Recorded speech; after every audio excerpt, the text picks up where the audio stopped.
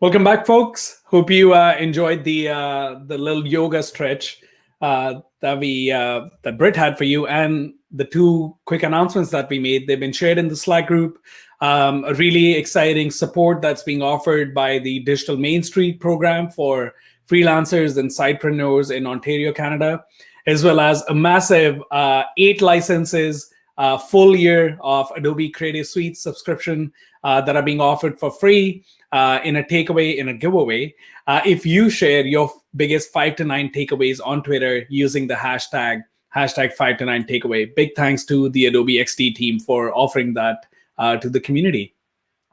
Now, next up, we have a really exciting talk. Quite a few folks were excited just by the title itself. But I assure you, once the speaker comes on the stage, you'll be even more excited. We've hosted Maria in the past at a few of our DesignX events. She is a really active member of our DesignX community as well. Quite an engaged design leader in the overarching design community in US and Canada. And she will be talking all about her side project, how learning to sew helped her become a better leader. So she'll be, sharing the successes, failures, as well as the unexpected learnings that come from making her own clothes. So let's welcome Maria Pereda. Hello. Hello, Maria. How's it going? Very well, thank you. You're looking great. I'm assuming everything that every clothing piece that we are seeing in this video frame is all handmade by you? All handmade. Wow. I no longer purchase clothes. That's amazing.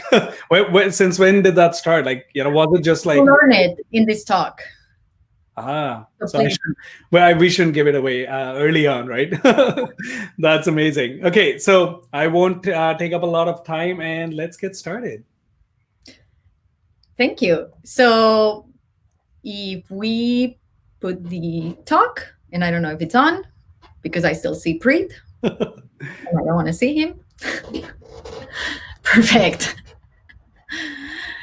So my name is Maria. I lead product design at Clio, which is a Canadian company in the legal tech space, but working in digital space all the time, doesn't leave much room for creativity. As much as people like to say that product design is being creative, there's actually nothing creative about building product. So I'm going to take you through the journey that I started 2.5 years ago. So yes, that's me. Everything in this picture is made by me, except the purse and obviously the shoes. I'm an amateur sewist, but one of these days I'll become professional, but not yet. But let me tell you how this started. So I grew up in Spain, and I was born a few years after a dictatorship ended. My parents were divorced, which is terrible in a Catholic country. I mean, now it's very mainstream, but at the time, I think I was the only one. And it really sets you up for many difficulties in life. Growing up, I had an uncle that was very, very influential in my life. And this is my uncle. And just to set the record straight, why he became influential, because he was my exclusive supplier of clothes for my entire childhood. I would say until I was 13 or 14.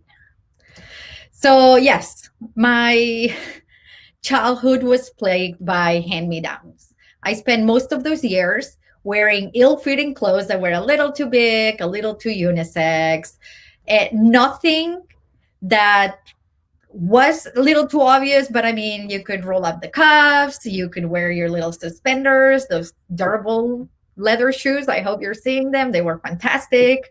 Apparently, on top of that, I also had issues brushing my hair, or so I'm told. So my dad was like, "Oh, since you can't take care of yourself, we're also going to cut your hair. It's always a mess." So I spent most of my childhood telling people, I'm not a boy, I'm a girl. Despite my hair, despite my clothes, I'm a girl. So what happened? It happened that when I was 16 or 17, I got my first job. And as some of everybody predicted, this happened. The first thing I did when I earned money, I just went crazy shopping. Spain, which is the country that brought you Zara, It was on every corner. Zara is really cheap in Spain, by the way. It's like the H&M here. So I started shopping. I went to Zara. I would go every week. And then one day when I was around 20 or something, I moved to New York City. And that got really, really bad because there I was unchecked by my parents. I had a job and I had lots of free time. So every weekend would be an excuse to go down to Broadway and Lafayette and go to all those little stores and just shop. There was always a sale, and there was always another sale starting, and there was always another sale of a sale, and there was always something to pop in and just get. And then there was a coupon, and then you got all those Ann Taylor dollars, and you got whatever. And there were always an endless cycle of celebration. And my closet ended up looking like this.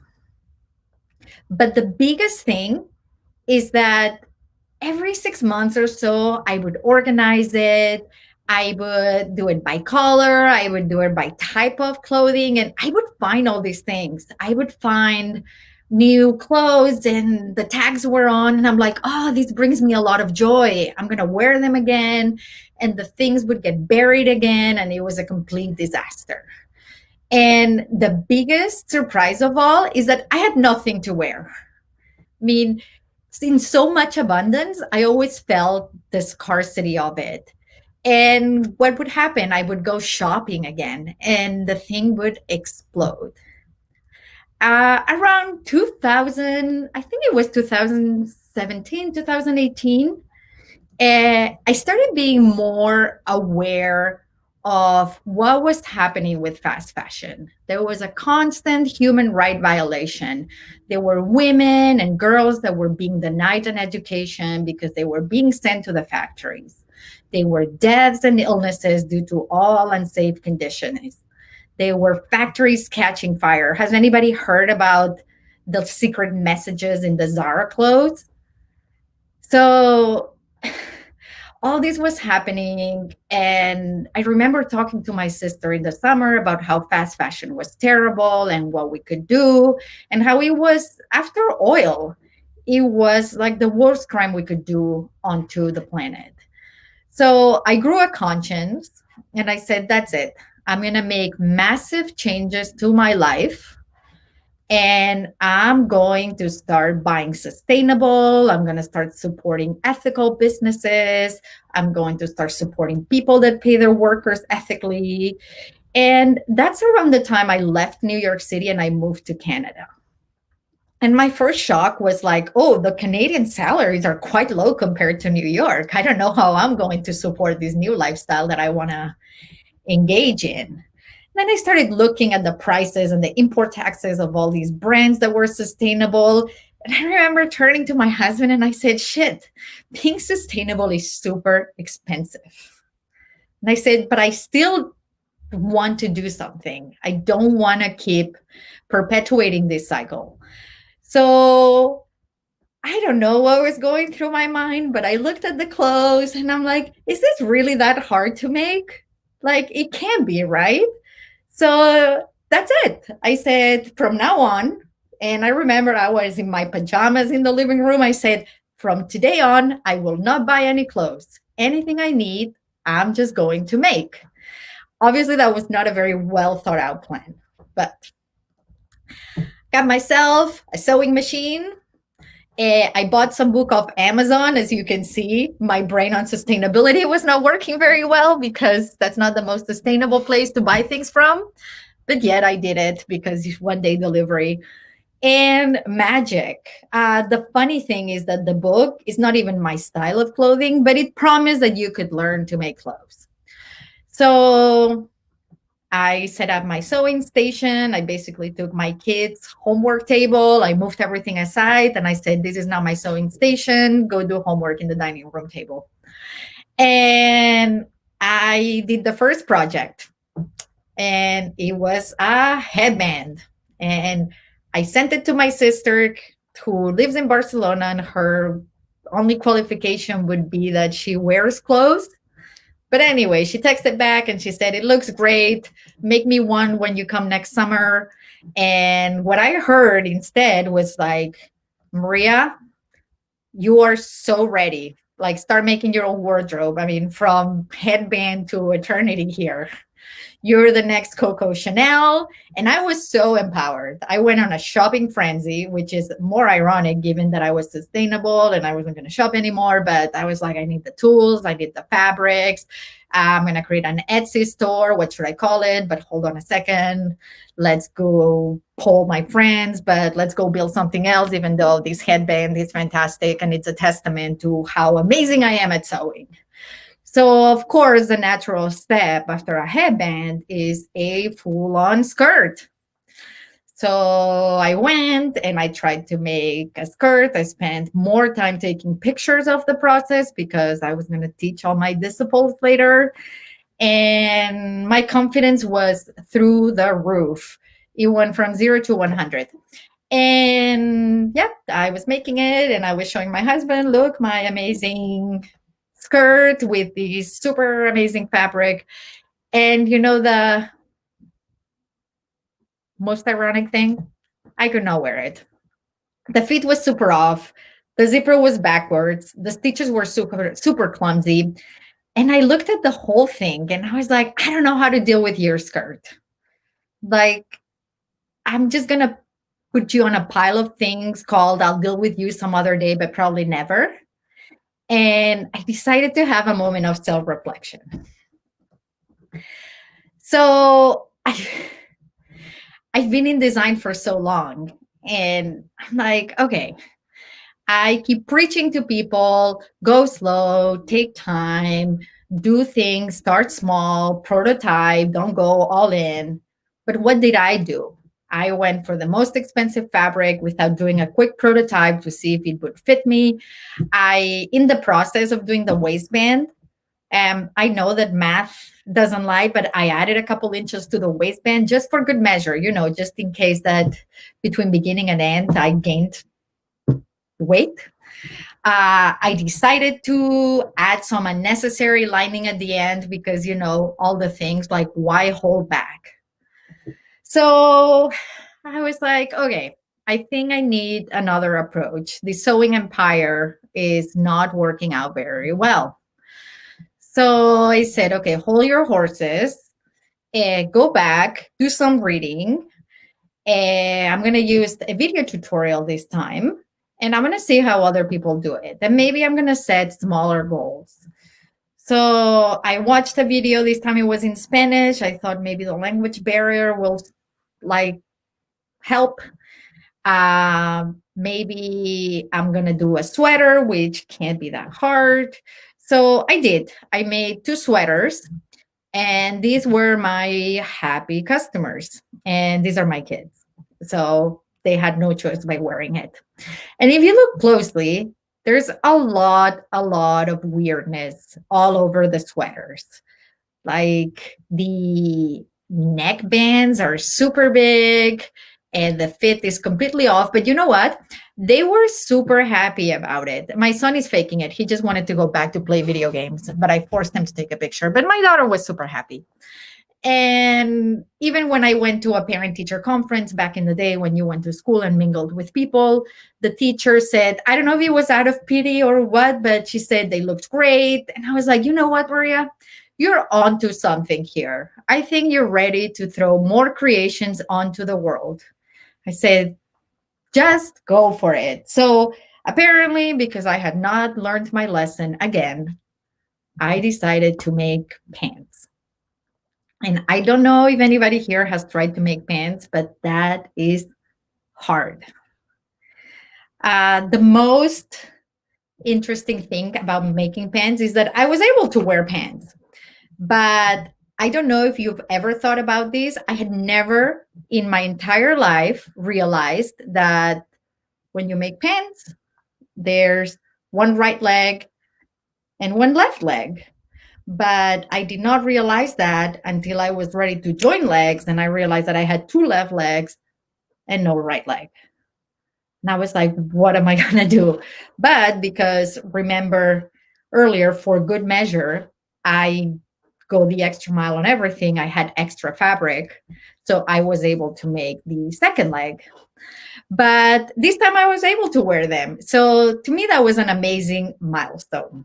I was wearing pants. I mean, the fit was weird. That's hence the weird pose. One leg was longer than the other. The back is a complete butchery. And the pockets were completely asymmetrical, which I call a fashion choice. So did I learn something from this entire thing? And are you wondering, are you still this incompetent? So what did I learn? That being new at something is very hard. Something that I forget sometimes because I have been in design for so long that sometimes when I meet somebody starting in their career, I forget what it was to start. So I look at things and I'm like, this is easy peasy. Why don't you know it? But I've realized it's not easy peasy. I keep hearing talks about unconscious incompetence. And while I internalized it, I really didn't understand what it was until I got here and I realized that you're never a bigger idiot than when you are an idiot, or you're never more confident than when you are an idiot. But once I moved from unconscious incompetence to actually acknowledge that I was completely incompetent, is when I was able to start improving and I was able to start seeing where I was making mistakes, and I was able to go back and starting to learn some of these mistakes. The second thing I learned is that we are our own worst critics. To this day, when I'm wearing something and people tell me that it's nice and it looks great, the first thing I do is like, but did you see this mistake? Did you see how I did not sew this well? And where people see compliments, I just see faults. So I need, and we all need to let go of imperfections and just focus on the bigger accomplishments. Every time I receive a compliment, I need to just stop showing the mistake and be like, wow, I did so well. I am wearing these and somebody thinks that this is good. And the last one is that our self-doubt can quickly sabotage our plans. There are so many transferable skills from my design career I could have applied here, and it would have made the whole thing so much painless. But yet I didn't. I decided that I had to go and trust Mildred in Montana from YouTube to teach me some things that had I just stopped for a second and just thought and applied some rational thinking, I just would have figured out for myself. So because I couldn't teach you how to sew in 30 minutes, I think the biggest takeaways here are, if you want to start, you can totally do it. Just start small and don't set big, ambitious goals, and just be fashionable, be intentional, and be ethical. Thank you. Thank you so much, Maria. That was, of course, it was an informative talk, but also I love equally entertaining and candid, which I knew about it, but I'm really glad everyone else was able to see that too. So thank you so much for that. We have a few, of course, you're getting a lot of compliments from folks that were tuned in and appreciating your skills, as well as the delivery of the presentation itself too. We have a few questions. Sorry, my Attendify is acting up a little bit.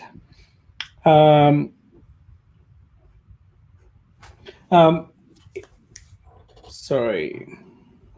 A lot of compliments around how other folks have been thinking of creating similar products in the past, from secondhand clothes, even bought a machine but could not get started yet.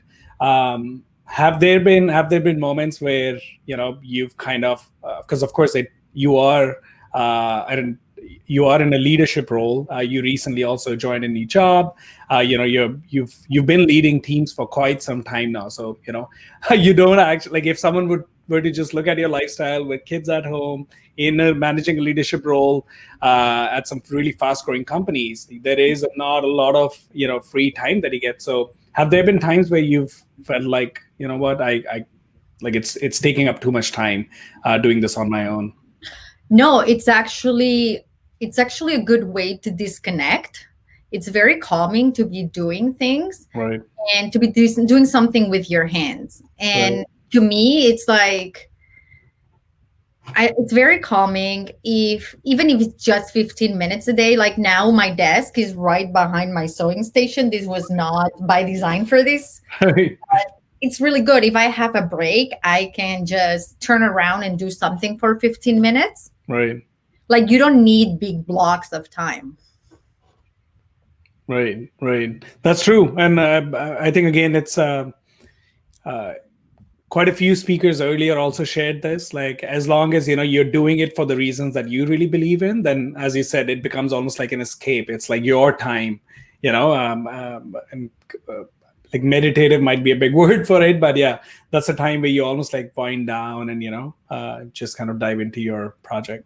Yeah, for me, it's interesting because it was for all these reasons. And look, I can't solve all the things in the world. As I said, I'm still use Amazon, which my husband thinks is the biggest atrocity on earth, and he gets really mad.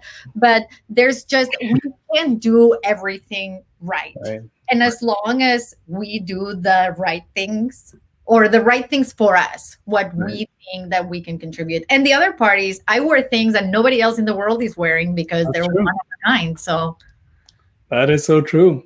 Any I think I already know the answer, but I'll ask for the audience. Any plans to to start selling what you're making? I'm sure like there were a lot of people that were appreciating the different patterns and kind of things you've been sewing. no, Yeah. No. no, I'm not disciplined enough. I think that if I commercialize this, it would not be enjoyable anymore for me. Yeah, very true. I was having a really, really interesting chat with a friend who is a lot into videography and camera setups and those kind of things just last night, and his company asked him to do a teaching session around building home setups, and he was the same thing. He was like, I really just enjoy diving into the tech part, all these things, but I don't enjoy teaching it. And his analogy was really nice. He's like, it's almost like you like going for your evening walks and someone is like, oh, can I come along? And you're like, no, yeah. Amazing. Thank you so much, Maria. This was a really fun session. Yeah, thank you so much for sharing all these learnings in a really, really engaging manner. Thank you. Have a good one. Bye. Bye. Amazing. That was a lot of fun. And of course, I think the comments section again kind of reflects that everyone really enjoyed the presentation, the content, as well as all the fun things Maria shared about her side project and starting to sew her own clothes. Quite a big audacious task that she's doing an amazing job at. So we are going to take a short break before we head over to our next talk. It's a really exciting talk around, again, a challenge that many of you many of us constantly wonder about or struggle with, which is balancing, your work and life and these projects without that discounting your income stream. So really excited for our next speaker sharing his experiences.